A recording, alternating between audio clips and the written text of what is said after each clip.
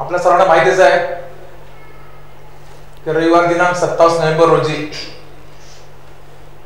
दापोली नगर पंचायतीसह खेड, चिपळूण, राजापूर व रत्नागिरी नगरपालिकेची सार्वत्रिक निवडणूक होत आहे. मित्रांनो, निवडणूक म्हटलं की प्रचार हा आलाच, एकमेकावर आरोप प्रत्यारोप हे आलेच, आणि ह्याचंच नाव राजकारण आहे, ह्याचंच नाव लोकशाही आहे. आपल्याला माहिती असं आहे की 27 नोव्हेंबरला आता अवघे थोडे दिवस, काही तासच शिल्लक राहिले. प्रचार, सर्व पक्षांचा प्रचार अतिशय वेगाने सुरू आहे.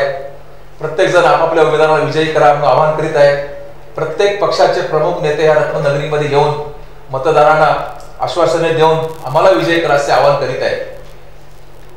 आज हे आपल्या KTVच्या स्टुडिओमध्ये या रत्नागिरी विधानसभा मतदारसंघाचे माजी आमदार आणि रत्नागिरी जिल्हा भाजपचे अध्यक्ष बाळासाहेब माने इथे आले. बाळासाहेब माने, आपले शुभेच्छा, या स्टुडिओमधला हार्दिक अभिनंदन. आपल्याला माहितीच आहे की बाळासाहेब पूर्वी एक वेळा आमदार होते, चांगल्या मताधिकारी निवडून आले होते. लोकशाहीमध्ये जय पराजय ठरलेला असतो, एक विजयी होतो, बाकी इतर हारत असतात. आणि आज आपल्या समोर बाळासाहेब संवाद साधणार आहेत, काही मुद्दे आपले मांडणार आहेत, आणि त्यांचे बाळासाहेबांचे मुद्दे आम्ही आज जनतेपर्यंत पोहोचवण्याचा KTVच्या माध्यमातून आम्ही काम करणार आहोत. पहिला प्रश्न बाळासाहेब माझा आपल्याला असा आहे की भारतीय जनता पार्टीने आपल्याला 4 वेळा उमेदवारी दिली. एक वेळा आपण 44,000च्या मताधिक्याने विजयी झालात. चांगले काम केलेत, आपले सर्वांनी चांगले संबंध होते. मग आपल्याला पक्षाने उमेदवारी दिली, आपण कशा पद्धतीने विजय केला आणि आज सध्या आपण कशा आहात ते आपण जरा सांगूया. मी पक्षाचा आणि रत्नागिरीकरांचा अत्यंत या ठिकाणी ऋणी आहे की गेली 30 वर्ष मी भारतीय जनता पक्षाच्या राजकारणात सक्रिय आहे. मला पक्षाच्या नेत्यांनी 1999 साली विधानसभेची उमेदवारी दिली. रत्नागिरीकरांनी मला भरभरून पाठिंबा दिला, मतदान केलं, आणि मी 1999 साली महाराष्ट्राच्या विधानसभेमध्ये रत्नागिरीचा प्रतिनिधी निवडून गेलो. 2004 सालापर्यंतच्या 5 वर्षामध्ये केंद्रामध्ये अटलजींचं सरकार होतं, आणि राज्यामध्ये जरी तत्कालीन विरोधी सरकार जरी असलं आमच्यापेक्षा वेगळं, तरी पण माननीय विलासराव देशमुख हे मुख्यमंत्री होते. काही काळ माननीय सुशीलकुमारजी शिंदे मुख्यमंत्री होते. परंतु त्यांच्याशी योग्य प्रकारे समन्वय साधत या विधानसभाचा मतदारसंघाचा मी चांगल्या प्रकारचा विकास त्या ठिकाणी केला. आणि गेली 5 वर्ष 99 ते 2004 सर्वांगीण विकास करताना रस्ते विकास असेल, मच्छीमारांचा विकास असेल, सहकार क्षेत्रातला विकास असेल, या रत्नागिरी मतदारसंघाचं एक व्हिजन समोर ठेवून मी त्या ठिकाणी काम केलं.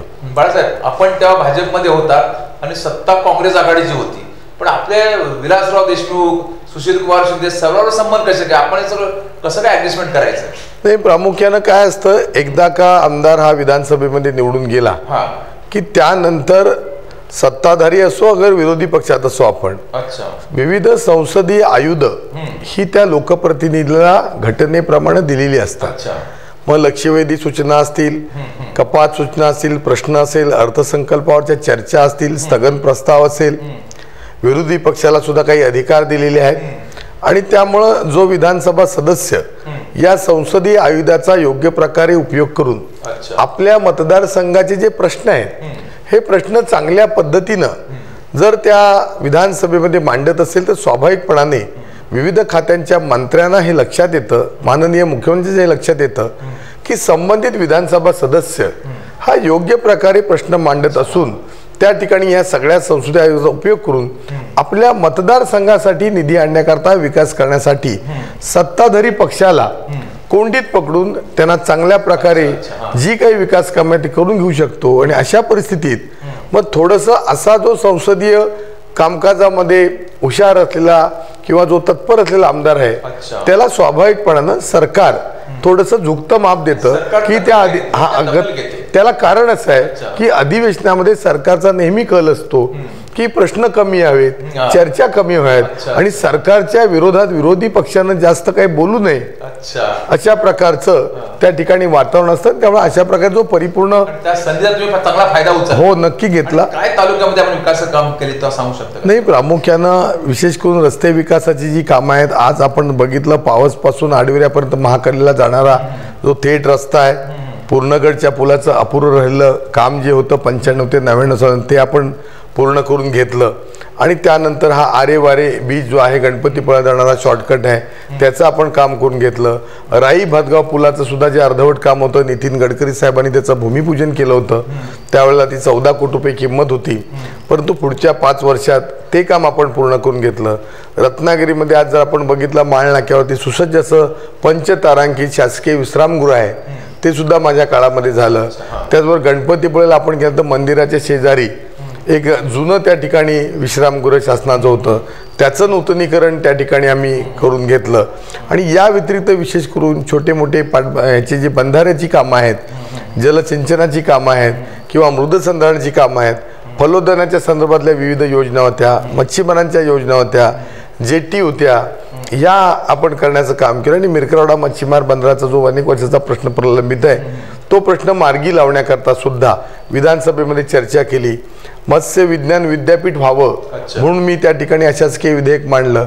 असे विविध आपल्याला प्रश्न सांगता येतील की या ठिकाणी आपण 4 उमेदवारी दिली. आपण 2000 सुरुवातीला निवडून आला, 2004, 2009, 2014 मध्ये आपल्याला पराभवाला सामोरं जावं लागलं. आपण एवढी चांगली कामं केली असताना सुद्धा आपल्याला पराभवाला सामोरं जावं लागलं. त्याचं कारण काय असेल आपण सांगू शकता का? मला वाटतं याचं कारण रत्नागिरीकरांना माहिती असेल. 2004ला सुद्धा या ठिकाणी भाजपा बरोबर मित्रपक्ष म्हणून शिवसेना होती. 1999 साली सुद्धा भाजपा बरोबर मित्रपक्ष म्हणून शिवसेना होती आणि 2009 साली सुद्धा मित्रपक्ष म्हणून शिवसेना होती. आता या प्रश्नाचं उत्तर रत्नागिरीकर जनतेलाच माहिती आहे असं मला वाटतं, कारण मी पहिल्यांदा जेव्हा निवडून आलो तेव्हा मला 44,000 मतं मिळाली होती आणि मी निवडून आलो होतो. मी दुसऱ्या वेळेला जेव्हा 2004ला उभा राहिलो आणि मी पराभूत झालो, त्यावेळेला मला 66,000 मतं मिळाली होती आणि माझा पराभव झाला होता. म्हणजे 44,000 मतं मिळून मी निवडून आलो आणि 66,000 मतं मिळून त्या ठिकाणी 99ला सुद्धा 2009ला सुद्धा ती स्थिती झाली. याचा अर्थ कोणतरी भारतीय जनता पार्टी बरोबर मित्रपक्ष म्हणून फक्त आमच्याकडून काम करून घ्यायचा, पण विधानसभेमध्ये गद्दारी करून भाजपचा उमेदवार कसा निवडून येणार नाही हाच प्रयत्न या रत्नागिरीमध्ये झाला. हे रत्नागिरीकरांना माहिती आहे. शिवसेनेने तुम्हाला दगा दिला असं मला म्हणायचं काय बाळासाहेब थेट? आता मला असं वाटतं की हा झालेला सगळा इतिहास आहे. मी एवढंच सांगेन की 2014ला मला भारतीय जनता पार्टी शिवसेनेनं उमेदवारी दिली आणि मी 25 सप्टेंबर 2014ला भारतीय जनता पार्टी शिवसेनेचा उमेदवार म्हणून त्या ठिकाणी उमेदवारी अर्ज भरला आणि दुर्दैवानं 26 सप्टेंबर 2014ला राज्यामधली शिवसेना भाजप युती तुटली आणि 27 तारखेला अंतिम दिवस होता. त्या दिवशी काय झालं हे आपल्या सगळ्यांना माहिती आहे. परंतु मतदान मला वाटतं 13 ऑक्टोबर 2014ला झालं आणि मला 15 दिवस भारतीय जनता पार्टीला स्वबळावर ही निवडणूक लढवण्याकरता मिळाले. आता त्यावेळेला कार्यकर्त्यांच्या बळावरती रत्नागिरीकरांच्या आशीर्वादानं मला जवळजवळ 66,000 मतदान त्या ठिकाणी झालं. म्हणजे मी जेव्हा युतीत होतो तेव्हा मला 44,000 मतं, 55,000 मतं 2004 सालात आणि आम्ही जेव्हा भारतीय जनता पार्टी म्हणून स्वबळावर लढलो तेव्हा 66,000 मतं मिळाली. याचा अर्थ काय? म्हणजे जेव्हा भाजपा स्वबळावर लढतो तेव्हा एवढी मतं मिळतात आणि स्वबळावर नसताना किंवा युतीमध्ये असताना कमी मतं मिळतात. मला वाटतं याच्यामध्ये जे काही फरक जो आहे तो मला वाटतं समस्त रत्नागिरीकरांना माहिती आहे. मला त्या आता तपशिलात जायचं नाही आहे, तो एक काळाकुट्टी इतिहास आहे. आज आम्ही समाधानी आहे. भारतीय जनता पार्टी 100% करण्याच्या दृष्टीनं आम्ही या ठिकाणी काम करतो. बाळासाहेब, पक्षाने आपल्यावर माझे आमदार म्हणून एक जिल्हा अध्यक्ष जबाबदारी सोपवलेली. आपण फार मोठं चांगलं काम करीत आहे. खरोखरच आपली जबाबदारी आपण पार पाडताना कशा पद्धतीने जिल्ह्याभरात काम करीत आहे हे सगळं कसं काय आपण ऍडजस्टमेंट करत सगळं? नाही, खरं तर मी पक्षाची विचारधारा मानणारा कार्यकर्ता आहे. राष्ट्रीय स्वयंसेवक संघ किंवा भारतीय जनता पार्टी याचे विचार मी मानतो. माझ्या वडिलांचे माझ्यावरती संस्कार आहेत, यशवंतराव मानेंचे. कैलासवासी आमदार तात्यासाहेब नातू, कैलासवासी आमदार आप्पासाहेब गोगटे आणि सगळ्यात महत्त्वाचं म्हणजे राजकारणामध्ये मला ज्यांनी दिशा दिली की जे माझ्या वडिलांसारखे होते ते म्हणजे प्रमोदजी महाजन.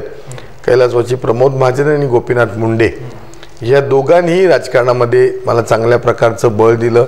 नेहमीच एक तरुण कार्यकर्ता म्हणून प्रत्येक वेळेला पाठबळ दिलं आणि त्यामुळं जय की पराजय, सत्ता की विरोध याच्यात आम्ही कधीच रमलो नाही.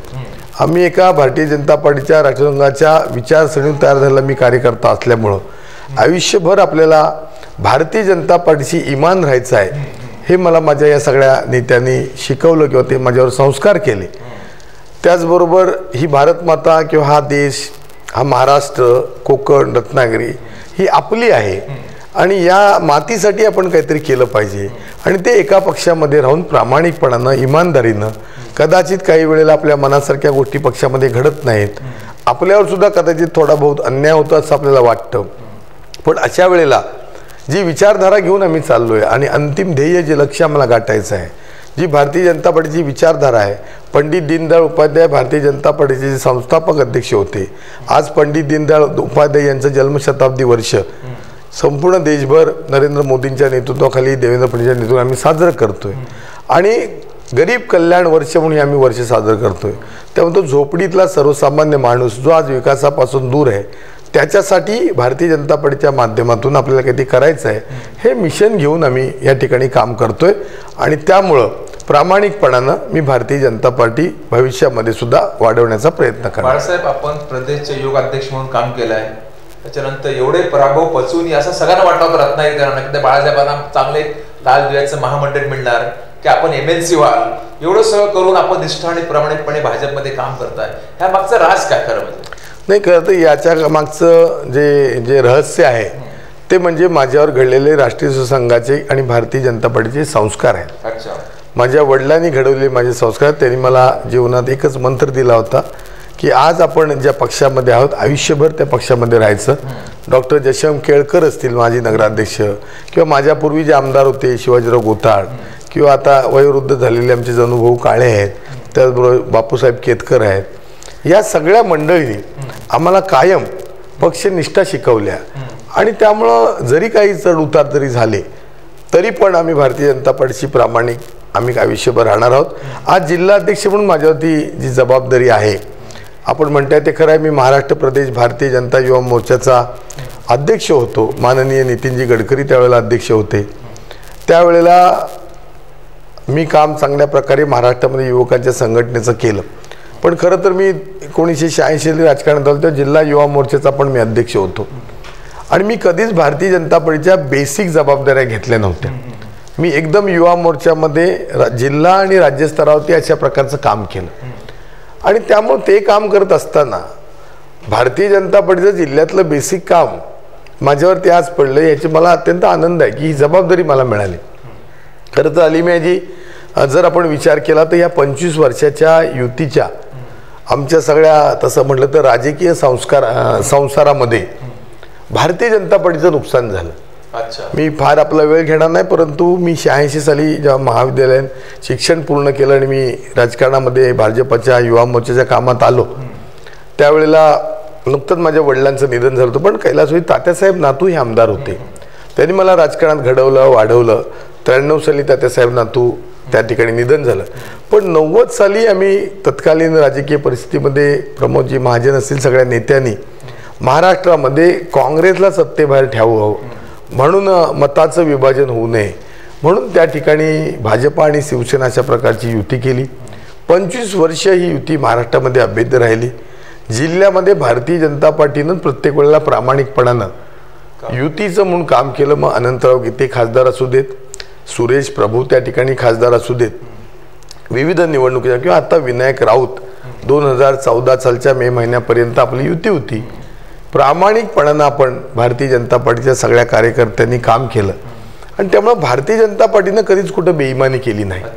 आता बेईमानी कोणी केली, काय केली, त्याचे काय परिणाम झाले दिसतंय.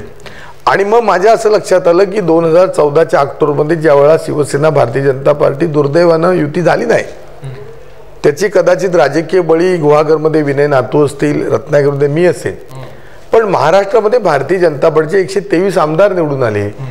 आमचे जवळचे मित्र देवेंद्रजी फडणवीस हे या राज्याचे मुख्यमंत्री झाले आणि त्यामुळं या ठिकाणी सुद्धा काही दिवसापूर्वी ते आले होते, तेव्हा ते मुख्यमंत्री नव्हते. कदाचित तुम्हालाही वाटलं नसेल की इथे येणारा भाजपचा एक नेता आमचा, ते आपण नंतर त्या विषयावर आपण नंतर बोलू. परंतु भारतीय जनता पार्टी या 25 वर्षामध्ये वाढू शकली नाही, वस्तुस्थिती आहे. आणि म्हणून मग गेल्या 2 वर्षामध्ये आमचे राष्ट्रीय अध्यक्ष अमितभाई शहा असतील, राज्याचे जे खासदार रावसाहेब दानवे असतील, खासदार रावसाहेब दानवे तर केंद्रामध्ये मंत्री होते, ते मंत्रीपद सोडून राज्याच्या संघटनेच्या कामाकरता आले. आणि मग मी विचार करतो, जर माझा प्रदेशाचा अध्यक्ष असलेलं केंद्रातलं मंत्रीपद सोडून राज्यामध्ये संघटनेकरता येतोय, तर मी युवा मोर्चाचा अध्यक्ष होतो आणि मी हा जिल्हा भाजपचा अध्यक्ष झालोय, हा कोणत्या प्रकारचा कमीपणा नाही. तर संघटनेच्या नेत्यांनी, माननीय मुख्यमंत्र्यांनी माझ्यावर हा विश्वास टाकलाय की 25 वर्षामध्ये काय झालं याच्यापेक्षा पुढच्या 25 वर्षात काय आपल्याला करायचं आहे, भारतीय जनता पार्टी कशी रुजवायची आहे, या दृष्टीनं गेल्या 2 वर्षामध्ये आणि माझ्या ह्या 11 महिन्याच्या कारकिर्दीमध्ये संपूर्ण जिल्ह्यामध्ये 100% भारतीय जनता पार्टी करण्यादृष्टी आम्ही प्रयत्न करतो. बाळासाहेब, खरंच मला महामंडळ, एखादा दिवा, MLC मिळणार अशी अपेक्षा होती, पराभव झाला. एवढं सगळं काम करतानाही आपल्या मनात कधी आलं काय, एक सेन्सिटिव्ह प्रश्न आहे की आपण भाजप सोडावं, आता कुठेतरी जावं किंवा थांबावं, असं कधी तुमच्या मनात कधी आलं का आजपर्यंत? खूप चांगला प्रश्न आहे. सध्याची जी काही राजकीय परिस्थिती आहे आणि त्यामुळे त्यांना अनुषंगून तुम्ही हा प्रश्न विचारताय.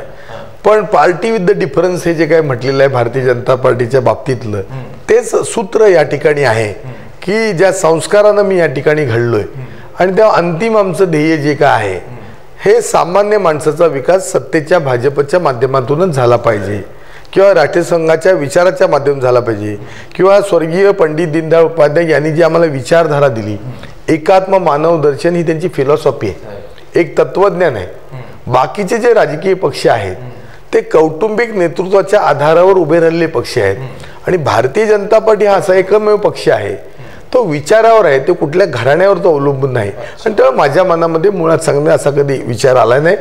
परंतु मी समाधानी आहे पूर्णपणानं आणि मला खात्रीने मला विश्वास आहे की आज मी जरी जिल्ह्याचा अध्यक्ष असलो तरी या राज्याचा मुख्यमंत्री, केंद्रीय मंत्री, राज्याचे सगळे कॅबिनेटमधले सगळे सहकारी हे माझे सहकारी आहेत.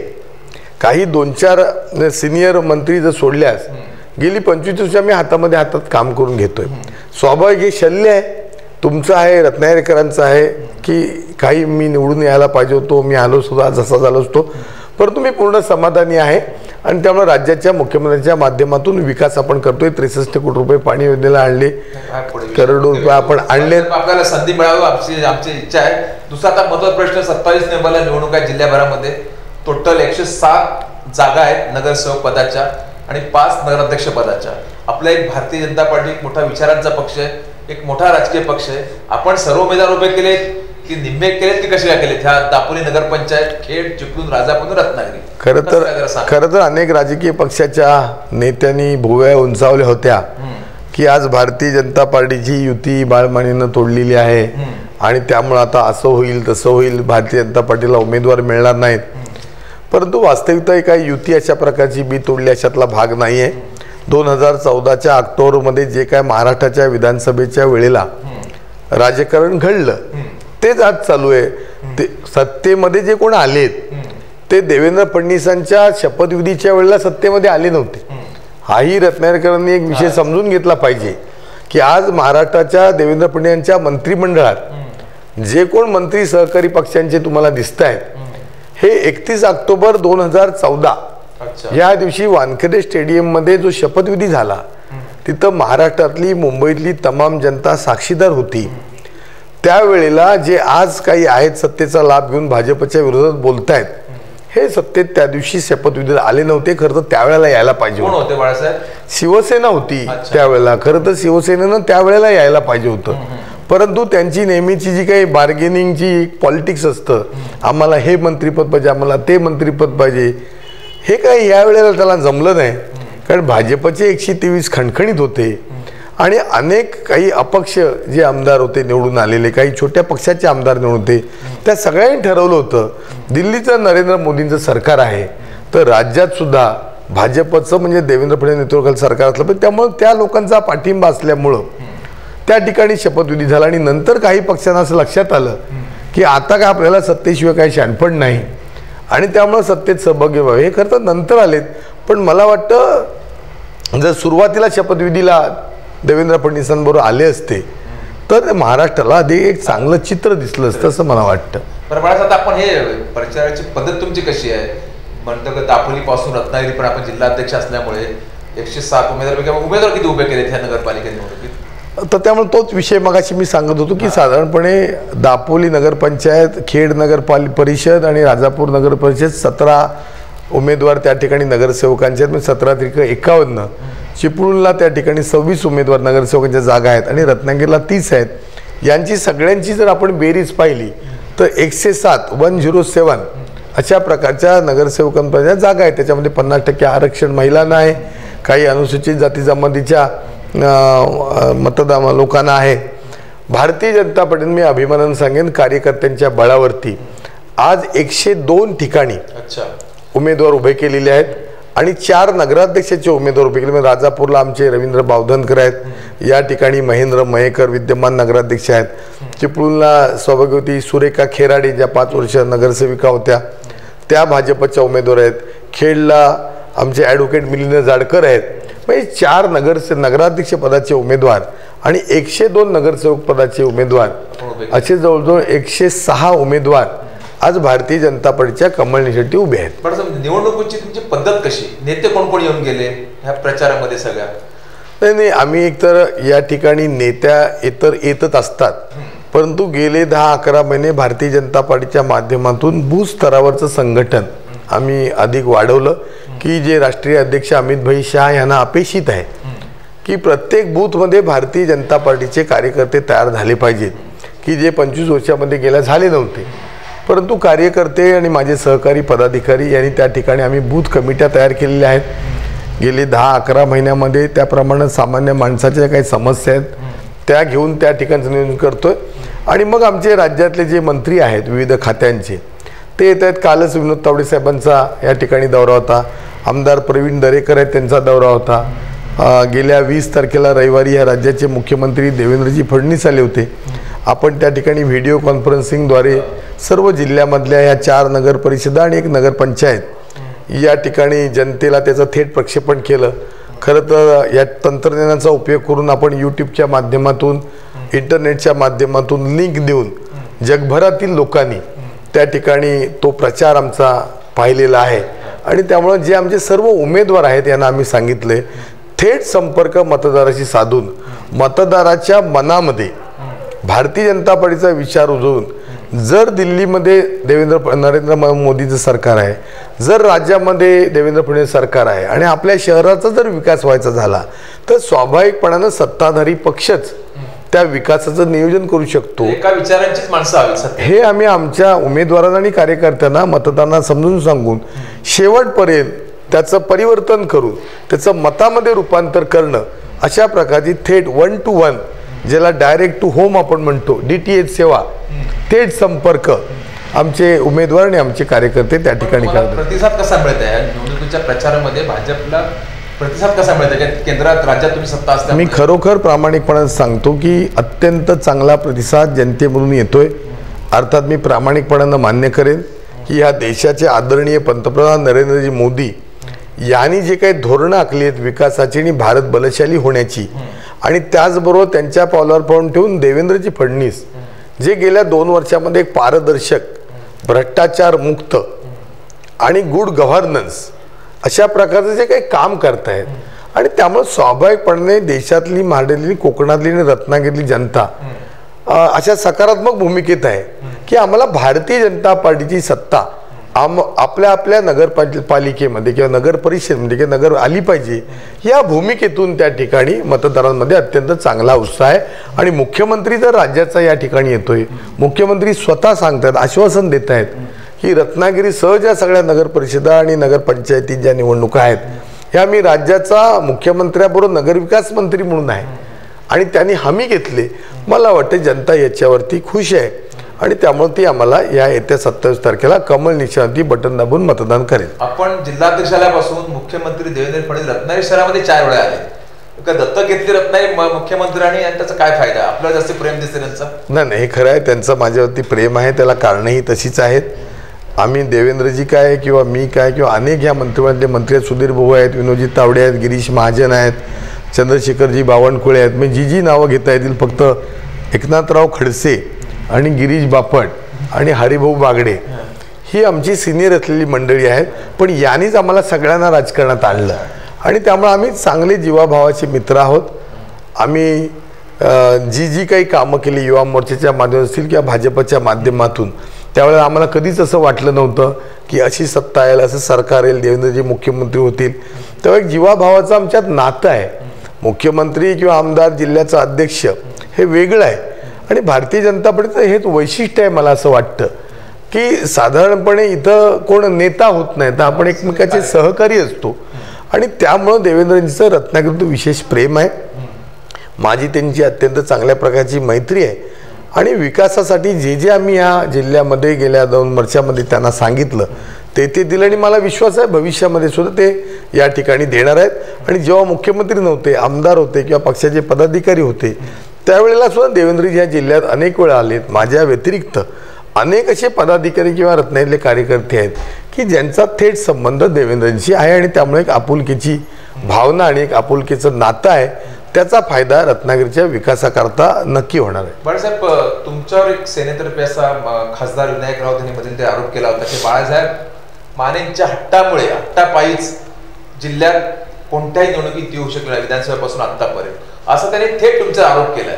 बाळासाहेब, आपल्याला काय वाटतं, खरंच त्यांनी केलेला आरोप योग्य आहे? आपण तो स्वीकारता की नाकारता? काय नाही, मला तर असं ह्याच्यात काही फार मोठं तथ्य असं वाटत नाही. खरं तर आमचे विनायक राऊत साहेब यांनी आत्मपरीक्षण केलं पाहिजे की 2014च्या निवडणुकीच्या पूर्वी ते शिवसेनेचे सचिव म्हणून या जिल्ह्यात आले होते आणि फिरत होते. त्यावेळेला त्यांची शिवसेना त्यांना किती पाठबळ देत होती. आज जे शिवसेनेत त्यांचं चिन्ह घेऊन काही 7,000 शिवबंधनं बांधणारे जे कोण लोक आहेत, हे त्यावेळेला काय करत होते त्यांचं, राऊत साहेबांचं, याचा त्यांनी थोडं आत्मविश्लेषण करणं गरजेचं आहे. आणि त्याच्यात काही तथ्य अशातला विषय नव्हे. शेवट भाजप आणि शिवसेना हे 2 वेगवेगळे पक्ष आहेत. भाजपची विचारधारा वेगळी, शिवसेनेची विचारधारा वेगळी. आणि कुठल्याही एका ज्या कोलॅबरेशन होतं किंवा ज्याला जॉईंट व्हेंचर होतं, it is a one type of a joint venture of the 2 parties. त्यामुळं प्रॉफिट शेअरिंग हे सारखं पाहिजे. आता मी तर त्यांना असा प्रश्न विचारेन की त्याने आपल्या मनाला प्रश्न विचारला पाहिजे की आपण खासदार झालात, आपण त्यावेळेला भाजपची मदत घेतली आणि मग भाजपचा आमदार होण्याची जेव्हा वेळ आली होती, सिंधुदुर्गमध्ये आमचे, देवगडमध्ये प्रमोद जठार असतील, रत्नागिरीमध्ये मी असेन, गुहागरला विनय नातू असतील, त्यावेळेला त्यांनी मला आता वाटतं की एक कर्तव्य म्हणून तरी या सगळ्या विषयात नीट लक्ष दिलं असतं तर भाजपचे आमदार युती झाली असती. त्यावेळेला त्यांना असं वाटत होतं की आपली शिवसेना वाढली पाहिजे. तेव्हा ते इथं प्रचाराला पण आले नाहीत का आले नाहीत मला माहिती नाही. पण मी ह्या विषयात फार जाऊ इच्छित नाही, कारण कधीतरी माझं तर मी अलिमेजी तुम्हाला सुचवेन, याच्यासह एक डिबेटिंग घ्या, एक चर्चासत्र घ्यावं. खासदार विनायक राऊत एका बाजूला आणि बाळमने एका बाजूला, आणि या सगळ्या प्रश्नाची आपण चर्चा करूया. पण मी एवढं नक्की सांगेन की 2014 ऑक्टोबरला शिवसेना भाजप युती तुटली, तर ती मी नाही तोडलेली. आणि त्या दिवसापासून आजपर्यंत महाराष्ट्रात भाजप वेगळा आहे आणि शिवसेना वेगळा आहे. सत्तेमध्ये जी काही शिवसेना आले ती नंतर आले. सत्तेमधला सहभाग म्हणजे 2 पक्षांनी युतीकून आणलेलं ते सरकार नाही, हे जरा समजून सगळ्यांनी घेतलं पाहिजे. सरकार जे आलंय ते भाजपच्या सोबत आलंय. तेव्हा आम्हाला मतदान करायला शिवसेना नव्हती आणि सरकार जे आलंय ते सरकारमध्ये सहभागी नंतर झाले. आणि त्यामुळे आम्हाला जर 100% करायला सांगितलंय, आणि मला तर असं वाटतं 1989 साली मी तुमची 2 मिनिटं घेतो, तात्यासाहेब नातू हे भाजपचे लोकसभेचे खासदारकीचे उमेदवार होते. ह्या गोष्टीला आता 1989 म्हणजे किती वर्ष झाली, तर 25-26 वर्ष झाली. त्यावेळेला आज जी काही शिवसेनावाले म्हणतायत, मी शिवसेनेचा आदर राखून म्हणतोय, मला माननीय हिंदू हृदय सम्राट शिवसेना प्रमुख बाळासाहेब ठाकरे यांची शिवसेना आजही प्रिय आदरणीय आहे. उद्धवजी सुद्धा आजही मला आदरणीय आहे. पण आज मुद्दा असा या ठिकाणचा आहे की या 25 वर्षामध्ये 2009ला गुहागरला नातूंचा पराभव होतो, तेव्हा युती होती. होती की नव्हती? 2004ला बाळ मानेचा इथं पराभव होतो, युती होती की नव्हती? आणि 2009ला बाळ मानेचा आणि विनय नातूचा पराभव होतो आणि त्या ठिकाणी आमच्या ह्यांचा पराभव होतो, बाकी उमेदवारांचा. याचा अर्थ असा आहे की मित्र फक्त म्हणून भाजपला म्हणायचं, भाजपची फुकटची मतं यांनी घ्यायची भावनेच्या आधारावरती, त्या बदल्यात शिवसेनेची भाजपला मतं देताना ती कुणाला दिली हे सगळ्या समस्त रत्नागिरीकरांना माहिती आहे. याच्यापेक्षा मी पुढचा गौप्यस्फोट करीन, थोडं मागं जाऊया. 2009 सालामध्ये लोकसभेला आमचे सुरेशजी प्रभू हे शिवसेनेचे खासदारकीचे उमेदवार होते, ते फक्त 25,000 मतांनी हरले. पण त्याच्यानंतर विधानसभा निवडणुका झाल्या, तिथं शिवसेनेचे आमदार मोठ्या मताधिक्याने निवडून आले. राजापूर असेल, चिपळूण असेल. रत्नागिरीमध्ये 2009ला आम्ही पराभूत जरी झालो असलो तरी आम्ही बाजी लावून धरली, आम्ही मैत्री मानली, आम्ही बेईमानी नाही केली, आम्ही गद्दारी नाही केली. आणि त्यामुळे या विषयात फार कोणी भांडवल करून भाजपची मतं युती म्हणून आपल्याला मिळवण्याचा प्रयत्न कोण जर करत असेल तर त्यांनी तो कृपा करून करू नका. आमची विचारधारा वेगळी आहे. आम्ही काही तुमच्याबरोबर जन्मापासून आलेलो नाही आहोत आणि आज जर युती तुटलेलीच आहे तर आम्हाला आमचा संसार करू द्या ना. माझी विनंती आहे विनायक राऊत साहेबांना, जरा 2 मिनिट, माझी विनायक राऊत साहेबांना आणि त्यांच्या सहकार्याने विनंती आहे की आता आम्हाला आमचा स्वबळाचा संसार करू देत. 1989ला पण आमचं वैभव होतं, हे गेलेलं वैभव पुन्हा आम्हाला मिळू देत ना. आम्ही निष्ठावंत कार्यकर्ते आहोत, आम्ही खंबीर कार्यकर्ते आहोत आणि त्यामुळे आता भविष्याच्या राजकारणात जी भाजपची विचार, प्रेमजीभाई आसर इथले खासदार होते, तात्यासाहेब नातूंपासून आप्पासाहेब गोगट्यांपर्यंत कुसुमताई अभ्यंकर इथले आमदार होत्या, कुसुमताईची पुण्याई आहे आणि त्यामुळे आम्हाला तो विचार रुजवू देत. त्यामुळे जनतेची आणि काही मतदारांची दिशाभूल कृपा करून विनायक राऊत या साहेबांनी करू नये.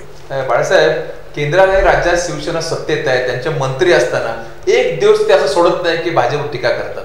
हे काय कारण? म्हणजे आम्हाला सामान्य माणसाला समजून की काय प्रकार आहे? नाही, खरं तर याच्याकरता काही प्रशिक्षणाची गरज आहे. काही ठिकाणी कोड ऑफ कंडक्ट जसं आपण निवडणुकीत म्हणतो असं सुद्धा असणं गरजेचं आहे.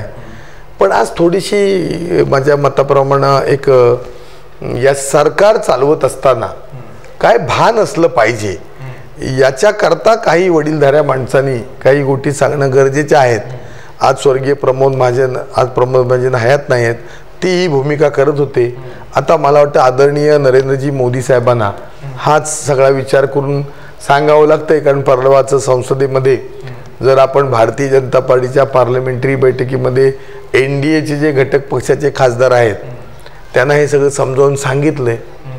आता अशा सर्वोच्च माणसांनी सांगून सुद्धा कळत नसेल तर ते दुर्दैव आहे असं मला वाटतं. त्यामुळे मी थोडासा छोटा कार्यकर्ता आहे, या अशा मोठ्या वक्तव्यात बोलणं बरोबर नाही. पण मला असं वाटतं की सत्तेत असताना काही भान ठेवणं गरजेचं आहे असं मला त्या ठिकाणी वाटतं. बाळासाहेब, रत्नागिरी नगरपालिकेची वाढीव 62 कोटीची पाणीपुरवठा योजना भाजपने आणली, सेनेने आणली की सरकारने आणली? हा एक सध्या वादविवाद चालू गेला 8 दिवसापासून. नक्की योजना ही आणली कोणी? मला तर असं वाटतं रत्नागिरी जनता सुजाण आहे. कालच अशोकराव मयेकरांनी पत्रकार परिषदेचा खुलासा केलाय. मिलिंद आमचे कीर माजी नगराध्यक्ष आहेत यांनीही वेळोवेळी सांगितलंय. आणि आज आमचे महेंद्र मयेकर जे नगराध्यक्ष आहेत आणि नगराध्यक्ष उमेदवार आहेत यांनी या विषय सुचवला आहे किंवा सांगितलं आहे. रत्नागिरीमध्ये सावरकर नाट्यगृहामध्ये खुलं प्रेझेंटेशन या संदर्भातलं झालं आणि त्यामुळं मला असं अधिक काय वाटत नाही. लोक सुजाण जाणकार आहेत. ह्या राज्याचा मुख्यमंत्री इथं येतो, नगरविकास खातं मुख्यमंत्र्यांकडे आहे. हा जो निधी आहे तो राज्यस्तरीय नगरोत्थानमधला निधी आहे आणि मी अभिमानानं सांगेन या राज्यामध्ये एकमेव रत्नागिरी नगर परिषद अशी आहे कारण दरवर्षी ह्या राज्यस्तरीय नगरोत्थानचे 400 ते 500 कोटी रुपये बजेटमध्ये तरतूद असते. या आर्थिक वर्षामध्ये फक्त एका रत्नागिरी नगर परिषदेला 63 कोटी रुपये मिळाले. ते पैसे आले पण आणि त्यामुळे श्रेय कोणी घ्यायचं ह्याच्या तपशिलात जनता 27 तारखेला काय ते ठरवेल असं मला वाटतंय. ज्यांच्याकडे सत्ता होती, जे 2-2 वेळा आमदार होते, जे कोण पालकमंत्री होते, आता ते कुठल्या पक्षात होते आणि त्यांनी ह्या रत्नागिरी नगर परिषदेला मिलिंद नगराचे असताना किती त्रास दिला ते तमाम जनतेला माहिती आहे. अशोकराव मयेकर असताना किती त्रास दिला.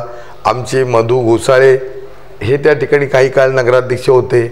आम्ही तेव्हा युतीत होतो. मी 2011 साली आणि मी आणि राजेंद्र साळवीनी ही नगरपालिका भाजपा शिवसेना येण्यासाठी प्रयत्न केले आता त्यावेळेला आम्हाला कोण विरोध करत होतं, कोण त्रास देत होतं, जनता एवढी भोळी खोळी नाही आहे आणि जनता याचं उत्तर मला वाटतं येत्या 27 तारखेला. आणि मला आणखीन थोडंसं अलीमेज सांगावं वाटतं, मी पराभूत जरूर झालोय, पण 2014च्या विधानसभा निवडणुकीत सुद्धा या शहरातल्या मतदारांनी अत्यंत चांगल्या पद्धतीचं मतदान भारतीय जनता पार्टीचा उमेदवार म्हणून मला केलं. मी त्या ऋणामध्ये आहे, त्या ऋणातून मी मुक्त होऊ शकत नाही. आणि म्हणून मी जरी आज आमदार नसलो तरी निव्वळ माझं राजकीय वजन व्यक्तिगत मी खर्च करून माननीय मुख्यमंत्र्यांना हे 63 कोटी रुपये आपण या योजनेकरता मंजूर केलेत हे सगळ्या जनतेला माहिती आहे.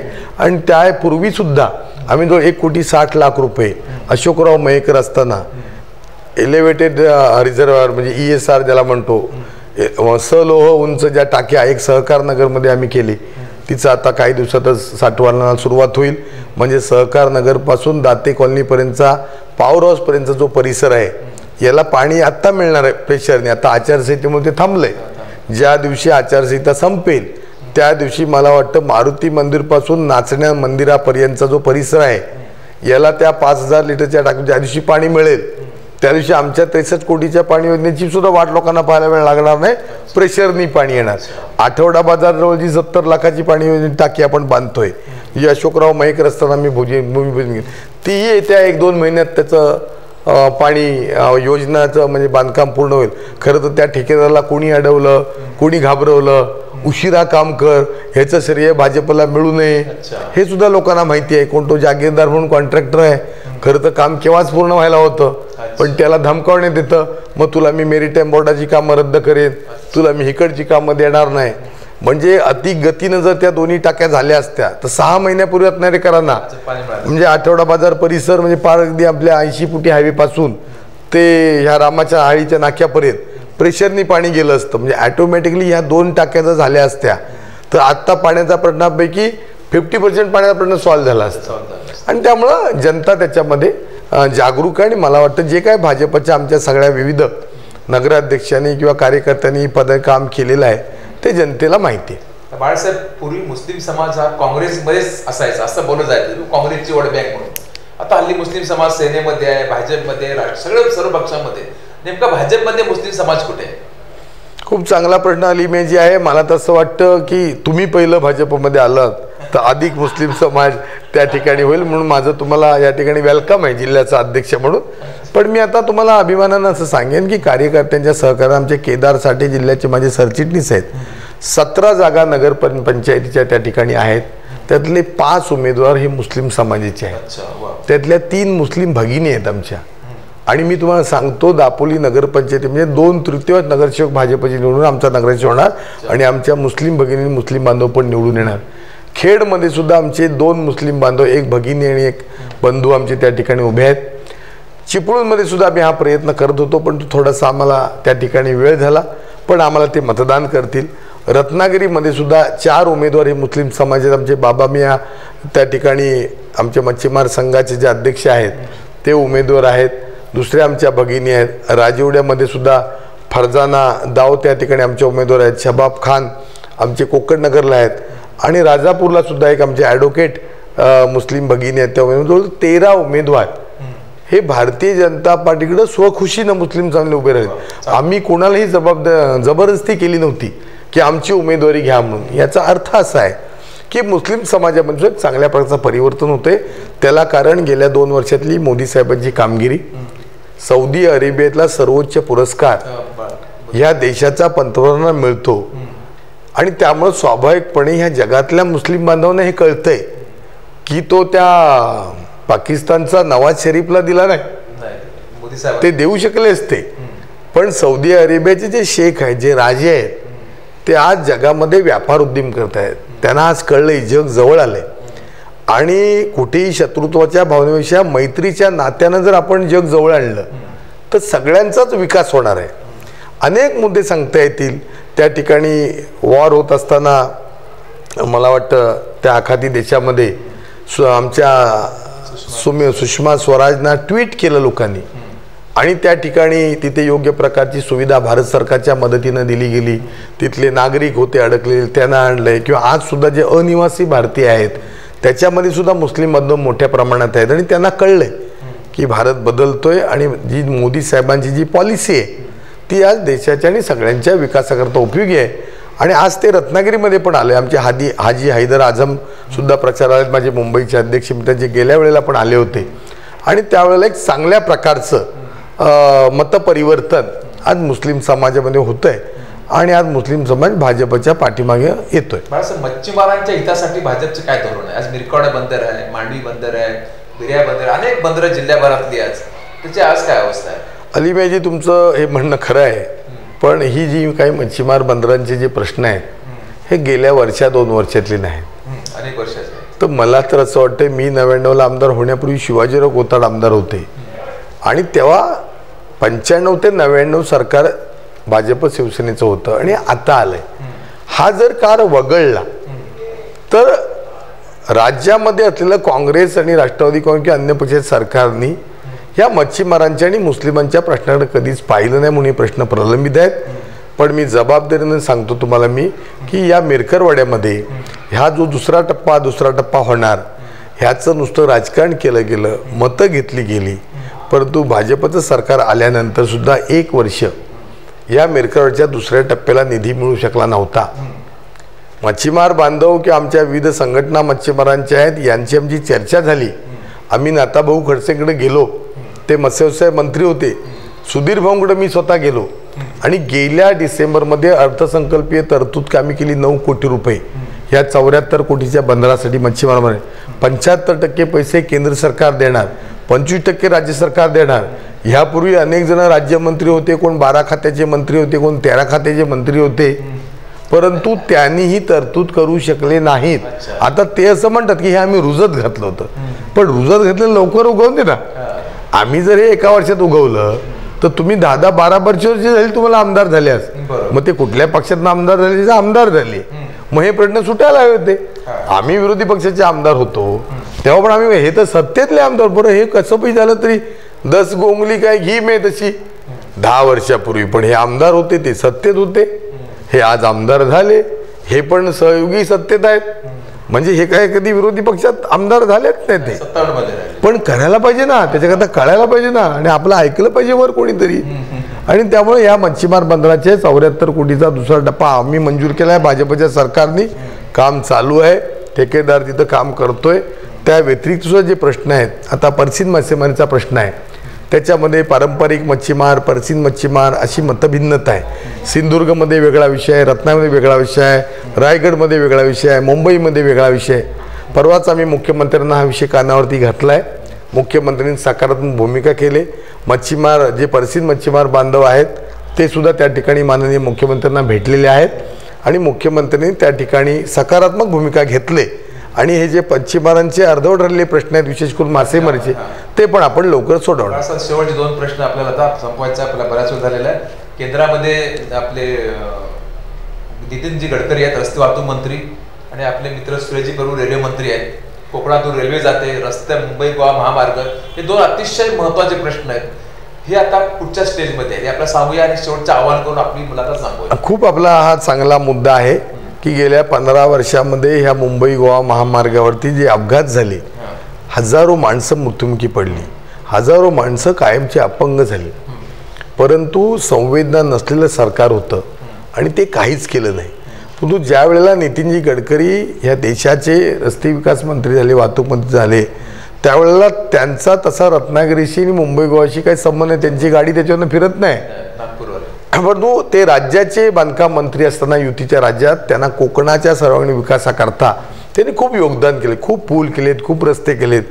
त्यामुळे कोकण त्यांचं एक स्वप्न आहे विकसित व्हायला पाहिजे म्हणून सागरी महामार्ग व्हायला पाहिजे जशी भूमिका आहे, तसा मुंबई गोवा महामार्ग झाला पाहिजे भूमिका घेतली. जवळजवळ 5000 कोटी रुपये हे हायब्रिड मॉडेलमध्ये 60-40 अशा प्रकारचं एक नवीन पॉलिसी आपण तयार केली.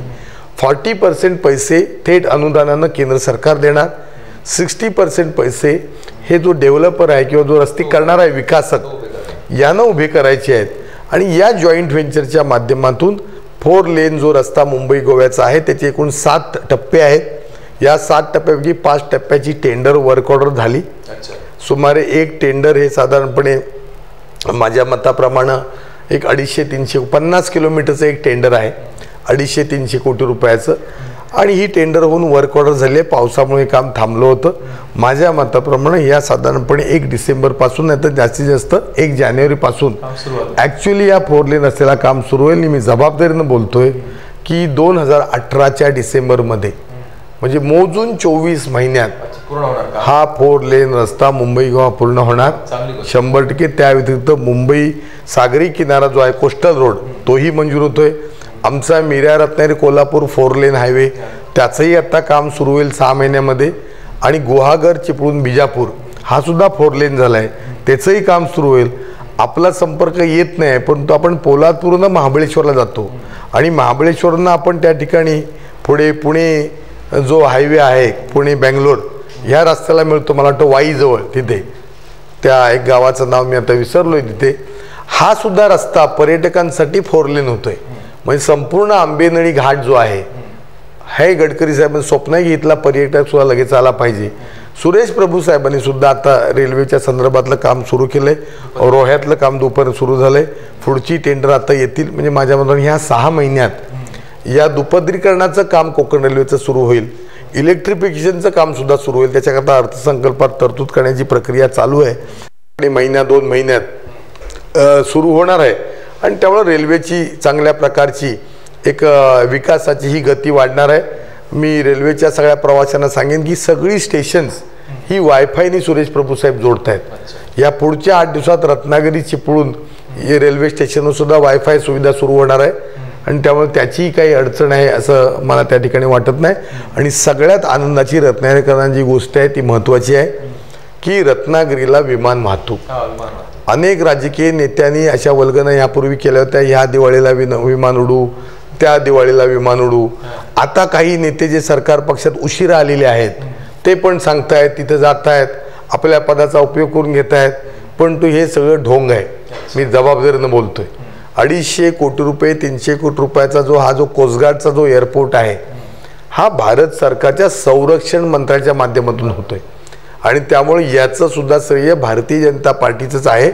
आणि साधारणपणे पुढच्या 1 वर्षामध्ये हा कोस्टगार्डसाठी सागरी सुरक्षेसाठी हा एअरपोर्ट होतोय. पण त्याच्यावरती खाजगी विमानं किंवा प्रवासी वाहतुकीसाठी आपण परवानगी देणार आहोत. आणि त्यामुळे रत्नागिरीकरांना विमान वाहतूक भारतीय जनता पार्टीच्या केंद्र सरकारच्या मोदींच्या सहकार्यानंच या ठिकाणी होणार आहे हे सुद्धा सांगायला मला या ठिकाणी आनंद वाटतो. भाजप केंद्रावर मेहरबान असं आपण म्हणायचं का? 100% भारतीय जनता पार्टीचं कोकणावर लक्ष आहे आणि स्वाभाविकपणे भविष्याच्या काळामध्ये हे कोकण त्याचं मताच्या रूपानं भाजपला मला वाटतं प्रतिसाद देईल अशा प्रकारचा मला विश्वास वाटतो. बाळासाहेब, तुमची आता ही लढत जिल्ह्यामध्ये शिवसेनेशी आहे, राष्ट्रवादीशी आहे की अपक्षांबरोबर? कुणाबरोबर तुमची लढत? कुणाबरोबर? नाही, खरं तर अलीमियाची लढत म्हणण्यापेक्षा निवडणुका ह्या निवडणुका असतात. आम्ही आज हा अजेंडा 100%चा विकासाचा घेऊन सगळ्या मतदारांसमोर जातोय. मतदार जागरूक आहेत.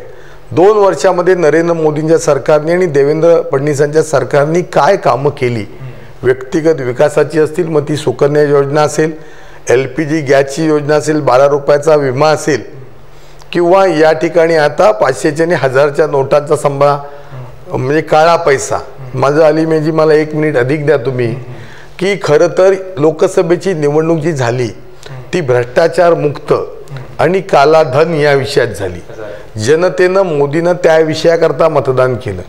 मोदी साहेबांनी पहिल्या 1 वर्षा 2 वर्षामध्ये अर्थमंत्र्यांच्या माध्यमातून या जनतेला आव्हान केलं होतं की मी या देशाचे नागरिक आहात. पैसा काळा गोरा नसतो. व्यवहारातली पद्धती बँकिंग आणि नॉन बँकिंग अशी असते. ज्यावेळेला बँकिंग 100% होतं त्यावेळेला अर्थव्यवस्था सुदृढ होते. पण दुर्दैवानं गेल्या 50, 60, 70 वर्षामध्ये आपण बँकिंग क्षेत्राकडे लक्षच दिलं नाही मायबाप सरकारने. माझं 2 मिनिटं मी अधिक देतो. परंतु नरेंद्र मोदी साहेबांनी पंतप्रधान झाल्यानंतर 23 कोटी खातेदारांनी जनधनची खाती उघडली. याचा अर्थ स्वातंत्र्यानंतर 70 वर्ष झाली तरी पण आज हे 23 कोटी नागरिक हे बँकिंग पासून दूर होते. त्यांनी जवळजवळ 25,000 कोटी रुपये आपले बँकांमध्ये ठेवले, 0 बॅलन्सनी खाती उघडली.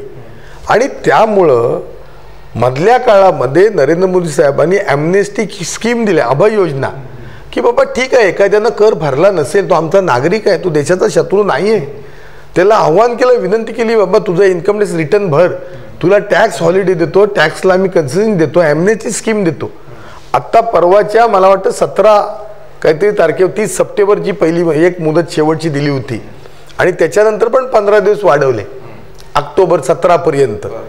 म्हणजे या देशातल्या नागरिक हे आपलेच आहेत, त्यांचे पैसे देशाची संपत्ती आहे असं सांगून सुद्धा जे काही काळा व्यापार करणारे लोक आहेत ते चलनात पैसे आणत नाहीत.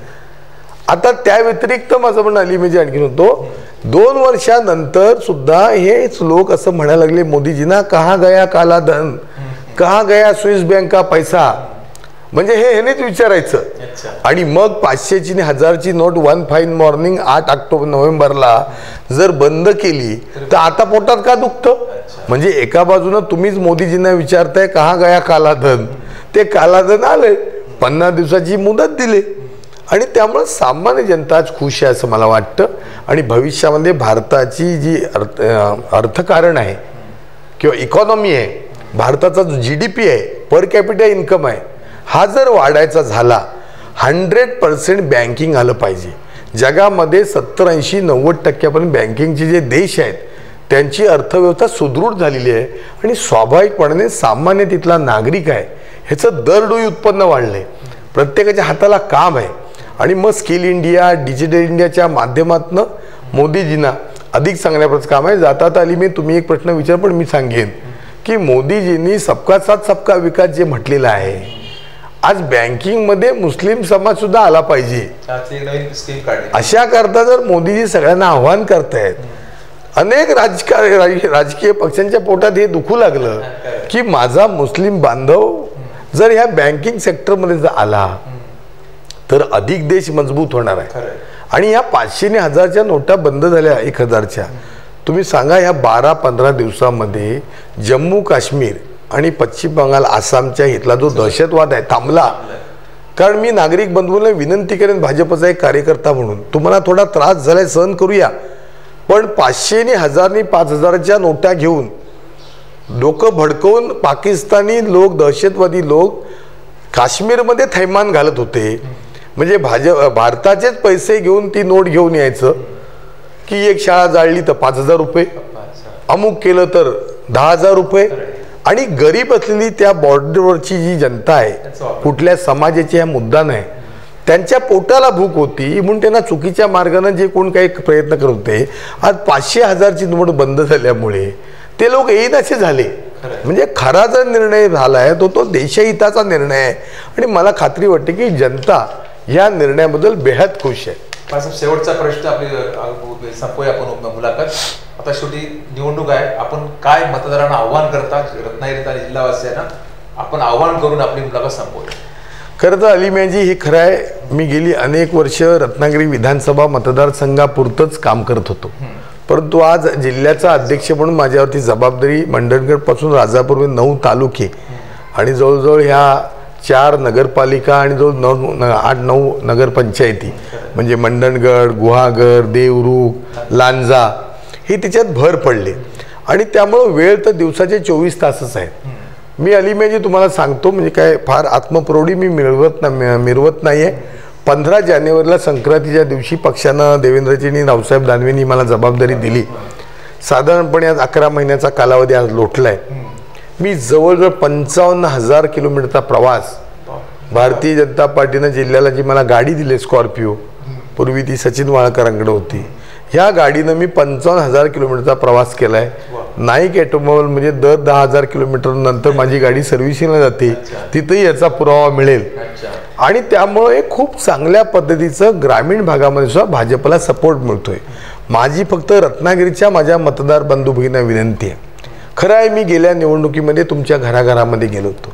मी जवळजवळ 5,000 ते 6,000 कुटुंबामध्ये 2011च्या नगरपालिकेच्या निवडणुकीत प्रचाराला आलो होतो. आज स्वाभाविकपणे असे अनेक हितचिंतक आहेत की बाळ माने आमच्याकडे आला पाहिजे, आमच्याशी बोलला पाहिजे.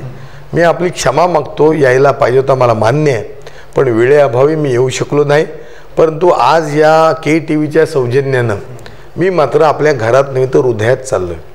मी आपलं मन जिंकण्याकरता माझी नम्र विनंती करणार आहे की मी नक्की येईन तुमच्याकडं. विजयाचे पेढे घेऊन येणार आहे. आणि म्हणून मला आज पूर्वीसारखं येता आलं नाही, ही माझी खंत आहे. सगळे भाजपचे कार्यकर्ते आपल्यापर्यंत आलेत. मी आज या KTVच्या माध्यमातून तुमच्या घरामध्ये तुमच्या हृदयामधून येण्याचा प्रयत्न म्हणून मी आज अलिमियाजींना आणि RKचे आमचे रजाक काजी यांना विनंती केली होती की खूप वेळ कमी आहे, प्रत्येकाची इच्छा आहे बाळमाने आमच्याकडे आला नाही, आमच्या प्रभागात आमच्या घरी आला नाही, तो यायला पाहिजे, तो तुमचाच आमचा सगळ्यांचा जो बाळ होता तोच आहे. मी आज काय जिल्हाध्यक्ष झालो आहे म्हणून काय फार मोठा झालेला नाही, परंतु वेळेची कमी असल्यामुळं मला जमले नाही. परंतु मी तुम्हाला विश्वास देतो, तुम्ही भारतीय जनता पार्टीचे आमचे 30 उमेदवार कमळ निशाणीवरती आहेत. महेंद्र मयेकर आमचे नगराध्यक्ष पदाचे उमेदवार आहेत. सुरेखाताई खेराडे आमचे चिपळूणला उमेदवार आहेत. जर हे चिपळूणला दाखवणार असेल त्या ठिकाणी उपयोगी येईल. खेडला ॲडव्होकेट मिलिंद जाडकर आहेत. राजापूरला आमचे रवींद्र बावधनकर आहेत. आणि त्या व्यतिरिक्त प्रत्येक ठिकाणी कमळ निशाणीचे आमचे उमेदवार आहेत. रत्नागिरीमध्ये सुद्धा वेळेअभावी मी सगळ्यांची नावं घेऊ, मला आता वेळ कमी आहे. या ठिकाणी अलिमियाजींची घाई या ठिकाणी आहे. पण रत्नागिरीमध्ये सुद्धा आमचे 30 लढवय्ये उमेदवार म्हणजे 1 नंबरपासून जर सुरुवात केली, मी अर्धा मिनिट गेलं तर शशी आलिम त्या ठिकाणी आहे. आमच्या त्या ठिकाणी गोताड रायकरताई त्या ठिकाणी, 2 नंबरला ॲडव्होकेट प्रिया लवलेकर आहेत. दुसरे आमचे शिंदे आहेत. 3 नंबरला आमचे वसंत पाटील आहेत. 3 नंबरला दुसऱ्या मैना भगिनी आमच्या त्या ठिकाणी ज्या आहेत. शबाब खान आहेत, मोरेताई आहेत. त्यानंतर इकडं कुंदन सावंत आहेत. दुसरे आमच्या सावंतताई आहेत. सौभाग्यवती रोमडेताई आहेत. आमचे बबन आंबेकर सिनियर आहेत त्या ठिकाणी. या ठिकाणी आमचे मयेकर आहेत. नंतर सावंतताई आहेत. फरजाना आमच्या दावत त्या ठिकाणी उभे आहेत. दादा ढेकणे आहेत. राजू मयेकर आमचे बेकरीवाले जे प्रसिद्ध व्यावसायिक आहेत. सदानंद शेठ मयेकर कैलासवासी यांचे ते चिरंजीव आहेत. त्या ठिकाणी अनुसूचित जाती जमातीच्या म्हणून आम्ही त्या ठिकाणी कामना बेग यांना उमेदवार दिले. राजू तोडणकर आहे. त्यानंतर आमच्या करमरकरताई त्या ठिकाणी आहेत. पल्लवीताई पाटील आहेत. सचिन आमचा पिलणकर त्या ठिकाणी आहे. त्या ठिकाणी बिपिन शिवलकर आहे. मुन्ना चवंडे आहे. सौभाग्यवती अमित विलणकर या त्या ठिकाणी आहेत. त्याचबरोबर आमच्या तळेकर म्हणून 13 नंबर वॉर्डमध्ये आहेत. बाबा मिया मुकादम त्या ठिकाणी आमच्या मिरकरवाडा मतदारसंघातून आहेत. सगळ्यांचीच वेळेअभावी नावं घेतलं, पण एक चांगले कार्यकर्ते, निष्ठावान असलेले कार्यकर्ते आज भारतीय जनता पार्टीचं कमळ घेऊन तुमच्यापर्यंत पोहोचत आहेत. कदाचित ही सगळी नवीन मंडळी होऊ शकतात, पण परिवर्तन ज्यावेळेला आपल्याला करायचं असतं तेव्हा नव्यांना संधी ही आपल्याला द्यावीच लागते, जुन्यांना विश्रांती द्यावी लागते. परिवर्तन हा निसर्गाचा नियम आहे. आणि म्हणून या 30 ठिकाणी भाजपचे आमचे जे उमेदवार आहेत आणि माननीय मुख्यमंत्र्यांनी तर रत्नागिरीच्या जनतेला अलिमियाजी आश्वासन दिलं आहे, मी राज्याचा मुख्यमंत्री म्हणून या नगरपालिकेला दत्तक घेतोय. मी राज्याचा मुख्यमंत्री म्हणून या नगर परिषदेच्या कामकाजावर लक्ष ठेवणार आहे. इथलं कामकाज पारदर्शक झालं पाहिजे. इथल्या व्यवहारामध्ये पारदर्शकता असली पाहिजे. इथल्या नगरपालिकेचं काम भ्रष्टाचार मुक्त असलं पाहिजे. ही भूमिका राज्याचे मुख्यमंत्री देवेंद्र फडणवीस यांनी दिली. आणि म्हणून माझी रत्नागिरीला तमाम मतदार बंधूंना विनंती आहे, मी तर एक छोटा कार्यकर्ता आहे, पण या राज्याच्या मुख्यमंत्र्यांनी जर तुम्हाला साथ घातली तर माझी तुम्हाला हात जोडून विनंती आहे, भारतीय जनता पार्टीला कमळ निशाणावरती मतदान करून 27 तारखेला आपण विजयी करा. भारतीय जनता पार्टी जिल्ह्याचा अध्यक्ष म्हणून विकासाच्या प्रक्रियेमध्ये सगळ्या ज्या वेळेला आपल्याला गरजा लागतील नेहमीच असतो, असा सदैव आपल्याबरोबर राहीन हा विश्वास या निमित्ताने देतो. खूप खूप अलिमियाजी धन्यवाद. विशेष करून RK केबलचे आमचे रजाक भाई यांनी या ठिकाणी मला ही मुलाखत घेण्याकरता संधी दिली आणि रत्नागिरीकरांपर्यंत ही मुलाखत ती मला वाटतं योग्य पद्धतीने एवढंच नव्हे तर ही मुलाखत जगभर यूट्यूबच्या माध्यमातून जाईल. त्यामुळे जगभरातले जे अनिवासी भारतीय आहेत किंवा जे भारतीय आहेत त्यांना पण मी विनंती करणार आहे की आपले जे या ठिकाणी असलेले कुटुंबीय आहेत यांनासुद्धा तुम्ही सोशल मीडियाच्या माध्यमातून, व्हॉट्सअपच्या माध्यमातून कमळ निशाणेवरती आमच्या जिल्ह्याभरात जे जे उमेदवार आहेत त्यांना मतदान करा. जसं मोदीजींना या जगामध्ये असलेल्या अनिवासी भारतीयांनी विनंती केली होती किंवा जे महाराष्ट्रीयन लोक परदेशामध्ये आहेत, जे कामाच्या निमित्तानं गेले, जे शिक्षणाच्या निमित्त किंवा जे स्थायिक झालेत पण ज्यांचं मूळ गाव रत्नागिरी आहे, असे अनेक मुस्लिम बांधवसुद्धा सौदी अरेबियापासून, आफ्रिकेपासून इंग्लंड, अमेरिकेपर्यंत आहेत. या सगळ्या माझ्या बांधवांना, सर्व जाती धर्माच्या मी विनंती करेन की आपलं घर इथं आहे, ही आपली रत्नागिरी हा जिल्हा आपला आहे, कोकण आपला आहे, तेव्हा आपणही या ठिकाणी मतदान करावं म्हणून मी तुम्हाला साथ घालतोय. मला विश्वास आहे आपणही आपल्या नातेवाईकांना आणि आपल्या सगळ्या असलेल्या मित्रपरिवाराला भाजपच्या कमळावरती बटन दाबून विजयी करा. अशा प्रकारची विनंती करतो. धन्यवाद बाळासाहेब. आपण अतिशय भावनिक असे आवाहन केलेत, भावनिक अशी आज मुलाखत दिलीत, त्याबद्दल तुम्हाला शुभेच्छा. तुमचा मेसेज, तुमचे विचार, तुमचे आव्हान नक्कीच आम्ही KTVच्या माध्यमातून जनतेपर्यंत पोहोचवू.